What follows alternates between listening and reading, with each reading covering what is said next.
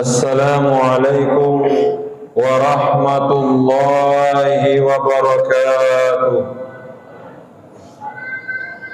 Bismillahirrahmanirrahim. Alhamdulillahi rabbil alamin.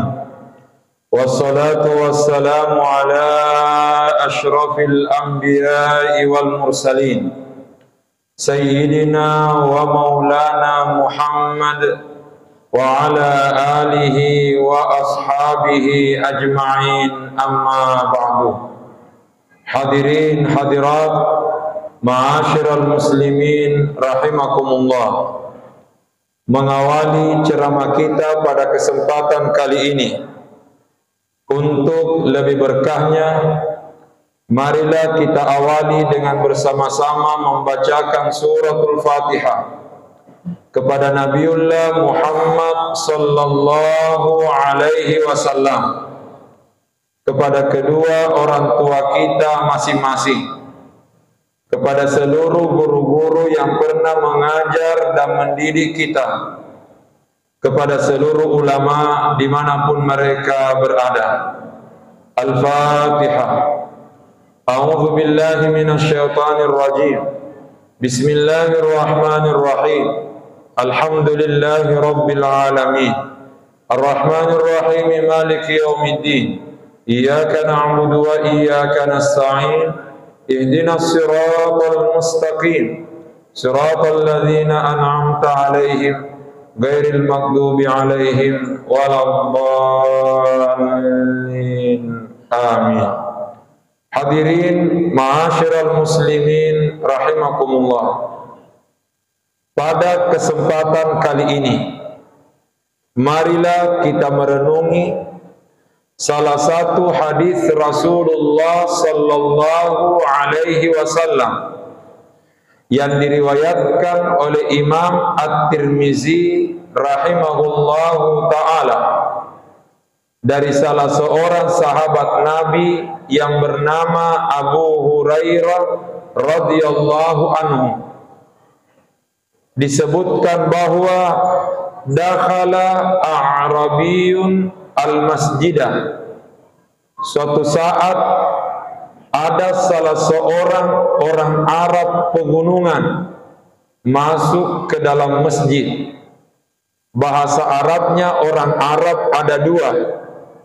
Pertama disebut Arabi, yang kedua disebut A'rabi. Bahasa Arabnya orang Arab ada dua. Pertama Arabi, yang kedua A'rabi. Bedanya, kalau disebut Arabi berarti orang kota. Kalau disebut A'rabi berarti orang dari pegunungan. Dakhala A'rabiyun al-masjidah, berarti yang masuk ke dalam masjid ini adalah Arab pegunungan. Wan Nabiyyu sallallahu alaihi wasallam jalisun. Saat itu Rasulullah sementara duduk di dalam masjid. Ternyata Arab pegunungan ini begitu masuk ke dalam masjid, fasalla, kemudian dia melaksanakan salat sunnah 2 rakaat. Selesai salat, fada'a, selesai salat dia pun berdoa kepada Allah. Tetapi doanya disampaikan dengan suara besar, karenanya doanya didengar oleh Nabi. Tapi begitu Nabi mendengarkan doanya Arab pegunungan ini, Nabi pun heran mendengarkan doanya. Nabi kaget dan heran mendengarkan doanya Arab pegunungan ini. Pertanyaan, mengapa Nabi kaget dan heran? Karena doanya Arab pegunungan itu mengatakan, Allahumma arhamni wa Muhammadan. Ya Allah, rahmatilah aku dan rahmatilah Nabi Muhammad, wala tarham ma'ana ahadan, dan tidak usah engkau rahmati orang lain. Jadi doanya memang agak aneh. Dia mengatakan Allahumma arhamni wa Muhammadan. Ya Allah, rahmatilah aku, rahmatilah Nabi Muhammad. Wala tarham ma'ana ahada, dan tidak usah engkau rahmati orang lain. Selesai dia berdoa, maka dia pun dipanggil oleh Rasulullah sallallahu alaihi wasallam. Lalu Nabi mengatakan, ya fulan, wahai anu, laqad tahajjarta wasi'an, sungguh doamu itu mempersempit sesuatu yang luas, sesuatu yang sudah sangat luas, tapi doamu menyempitkannya. Pertanyaan, apa makna dibalik pesan Nabi ini? Seolah-olah Nabi ingin mengatakan, baco, rahmatnya Allah begitu luas, kenapa engkau persempit hanya aku dan kamu? Ternyata setelah dinasehati oleh Nabi, ternyata orang itu tiba-tiba mau kencing. Fabala fil masjidi, maka dia pun menuju ke sudut masjid lalu kencing di dalam masjid. Betul-betul aneh. Sudah lain doanya, kencing pula dalam masjid. Walhasil waktu itu sahabat semua berdiri, ingin memarahi orang yang kencing di masjid ini. Tapi begitu semua sahabat berdiri dan marah, Nabi langsung mengatakan, da'uhu, biarkanlah dia. Nabi mengatakan, da'uhu, biarkanlah dia. Wa ahriku ala baulihi sajlam mimma. Kata Nabi, ambillah satu ember air, lalu siram kencingnya dengan air satu ember itu. Fa innakum tub'atsuna muyassirin walam tub'atsu mu'assirin. Karena sesungguhnya kalian diutus oleh Allah untuk memberi kemudahan, tidak diutus untuk memberi kesulitan.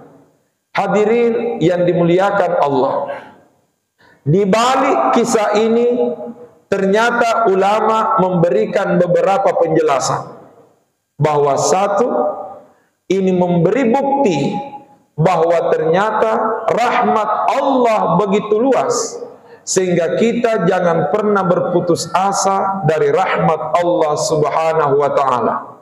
Bagaimanapun kondisi kita, kita jangan pernah berputus asa dari rahmat Allah, karena pastinya wa rahmati wasi'at kulla syai', rahmatku meliputi segala sesuatu.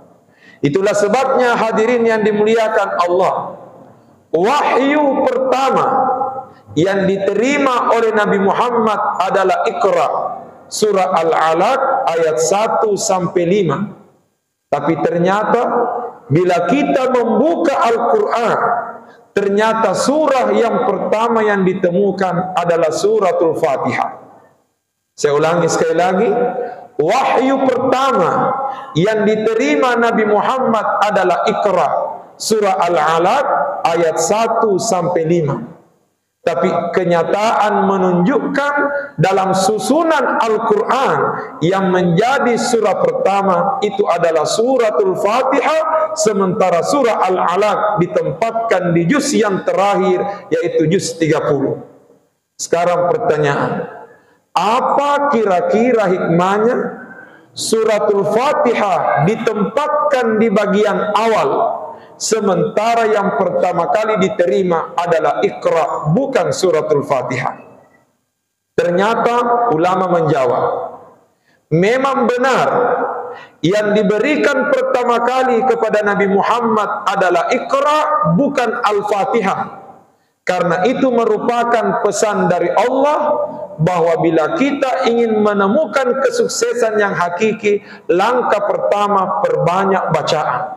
Karena dengan seiring banyaknya bacaan Iqra, Iqra, Iqra, seiring banyaknya bacaan maka ilmu akan bertambah, dan seiring bertambahnya ilmu itu akan memudahkan bagi kita menemukan pintu kesuksesan. Tetapi dalam susunan Al-Quran bukan Iqra yang dijadikan surah pertama, tapi yang dijadikan surah pertama adalah suratul Fatihah. Pertanyaan, mengapa suratul Fatihah? Jawabannya, suratul Fatihah dikenal dengan istilah Ummul Quran. induknya Al-Quran. Seolah-olah Allah ingin mengatakan, upayakan hafal dan kuasai seluruh ayat Al-Quran. Tapi bila engkau tidak bisa menghafal, tidak bisa menguasai seluruh ayat Al-Quran, paling tidak bacalah dan hafallah surah pertama yang kamu temukan dalam Al-Quran. Dan itu adalah suratul Fatihah, karena suratul Fatihah adalah ummul Quran, induknya Al-Quran. Tapi ada yang lebih unik.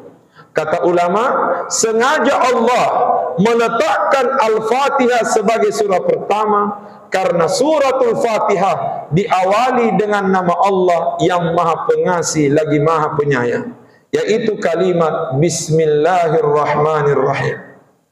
Sekalipun ulama berbeda pendapat mengenai status Bismillah, apakah ayat dari Al-Fatihah atau bukan, tapi pastinya di dalam Al-Fatihah ada ayat yang menunjukkan kasih sayang Allah, dan itu adalah Ar-Rahmanir Rahim.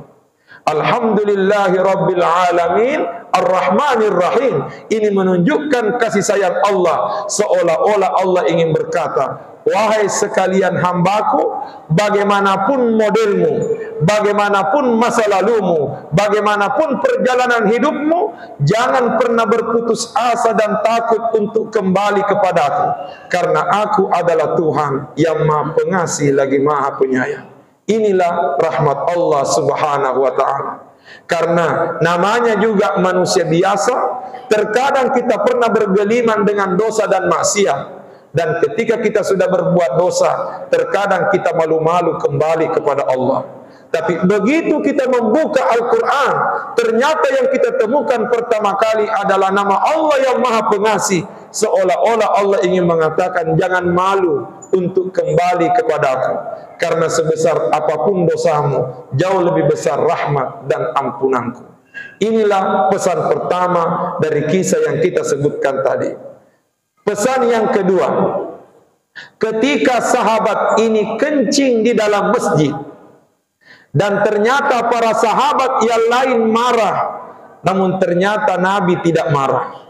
Ketika Arab pegunungan ini kencing di dalam masjid, ternyata semua sahabat marah, tapi ternyata Nabi tidak marah.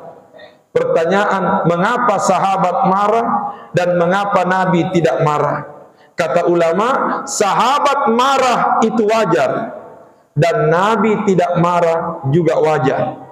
Tapi mengapa sahabat marah, Nabi tidak marah? Karena yang dilihat oleh sahabat berbeda dengan yang dilihat oleh Nabi. Apa artinya? Sahabat marah karena yang dilihat adalah kesalahannya orang kencing di dalam masjid. Begitu yang dilihat kesalahannya, wajar kalau kita marah, sebab berani-beraninya kencing dalam masjid. Tapi pertanyaan, mengapa Nabi tidak marah? Karena ternyata yang dilihat oleh Nabi bukan kesalahannya orang, tapi yang dilihat oleh Nabi siapa yang melakukan kesalahan. Nabi paham yang kencing di dalam masjid ini adalah Arabi, Arab pegunungan, baru turun gunung, yang belum tahu situasi perkotaan. Bisa jadi ilmunya masih kurang, bisa saja pengetahuannya masih sedikit. Dia tidak tahu kalau tidak boleh kencing di dalam masjid. Karenanya Nabi melihat yang kencing ini adalah Arab pegunungan, karenanya kita tidak boleh marahi, sebab dia melakukan kesalahan di luar kesengajaannya. Ini jugalah yang membuat sebab kalau saya ceramah lalu ada orang ribut, insya Allah saya tidak marah. Kenapa? Karena paham bahwa bisa jadi yang ribut itu adalah Arab pegunungan. Hadirin yang dimuliakan Allah Subhanahu wa ta'ala, maka ini merupakan pesan dari kisah ini, bahwa apapun kondisi yang kita hadapi, kita jangan terburu-buru mengambil keputusan, tapi terlebih dahulu perlu melihat situasi dan kondisi. Mengapa? Karena bisa jadi seseorang berbuat kesalahan karena dia tidak tahu bahwa itu adalah sebuah kesalahan. Saya kasih contoh. Mudah-mudahan ini tidak termasuk gosip atau menggibah, tapi sepertinya mendekati. Saya punya seorang paman, sepupunya bapak. Suatu saat beliau tidak ke masjid salat maghrib, tapi ternyata dia tinggal di rumah salat maghrib berjamaah dengan keluarganya. Ada istrinya, ada anaknya perempuan kecil, dan ada satu anaknya, anak gadis yang tidak ikut salat berjamaah karena kebetulan lampu merah menyala, bendera Jepang berkibar. Walhasil, si ayah ini memimpin salat maghrib. Ikutlah di belakangnya istrinya dan satu orang anak perempuannya. Sementara yang gadis ini tinggal di dapur memasak nasi. Dimulailah salat maghrib. Ternyata yang dibaca oleh si ayah ketika memimpin salat maghrib, yang dia baca adalah Qul ya ayyuhal kafirun. Tapi begitu dia baca Qul ya ayyuhal kafirun, ternyata dia baca Qul ya, dia tidak temukan lakum dinukum waliyadin.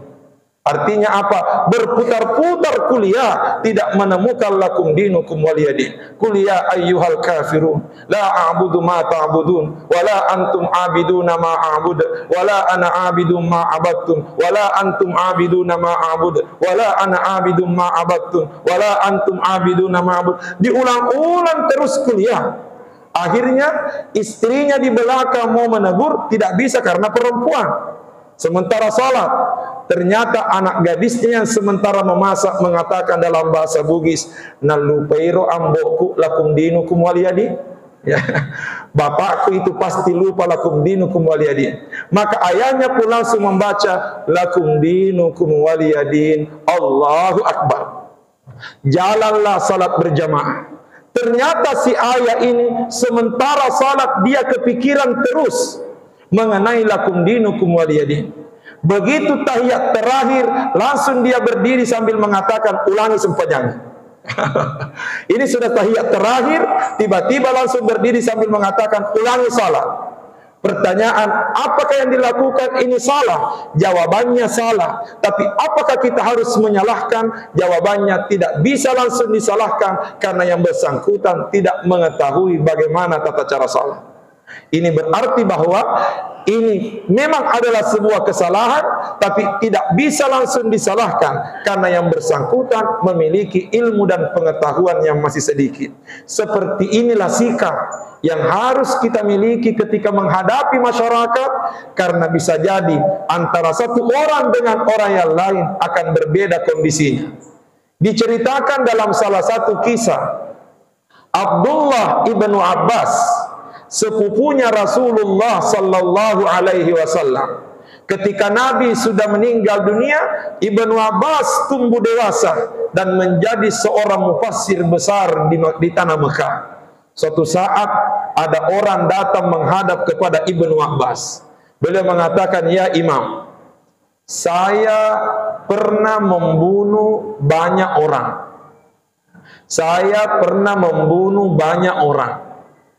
Kira-kira kalau saya bertaubat, apakah taubatku masih diterima oleh Allah?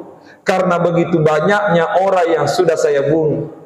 Ternyata Ibnu Abbas spontan mengatakan, sebesar apapun kesalahanmu, Allah Maha Pengampun, pintu taubat terbuka untukmu.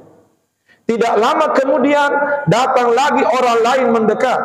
"Ya Imam, ada tetanggaku, saya jengkel sekali melihatnya. Saya sangat sakit hati kepadanya. Karenanya saya berencana ingin membunuhnya.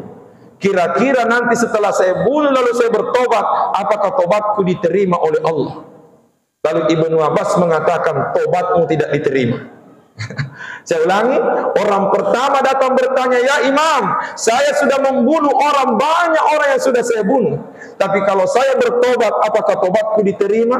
Ibnu Abbas mengatakan, "Tobatmu diterima, pintu tobat selalu terbuka untukmu." Tiba-tiba ada lagi tetangga yang datang mengatakan, "Ya Imam, saya jengkel sekali sama tetanggaku, sakit hatiku kepadanya. Karenanya saya berencana ingin membunuhnya. Dan kalau saya membunuhnya dan saya bertobat, apakah tobatku diterima oleh Allah?" Ibnu Abbas spontan mengatakan, "Tobatmu tidak diterima oleh Allah." Walhasil, heranlah semua murid-muridnya Ibnu Abbas. sambil bertanya kepada Ibnu Abbas, "Ya Imam, mengapa jawabanmu berbeda sementara pertanyaannya sama-sama ingin bertobat?" Lalu apa jawaban Ibnu Abbas? Bagi orang yang pertama, kita sampaikan kepadanya bahwa pintu tobat tetap terbuka untuknya agar dia semangat untuk bertobat kepada Allah.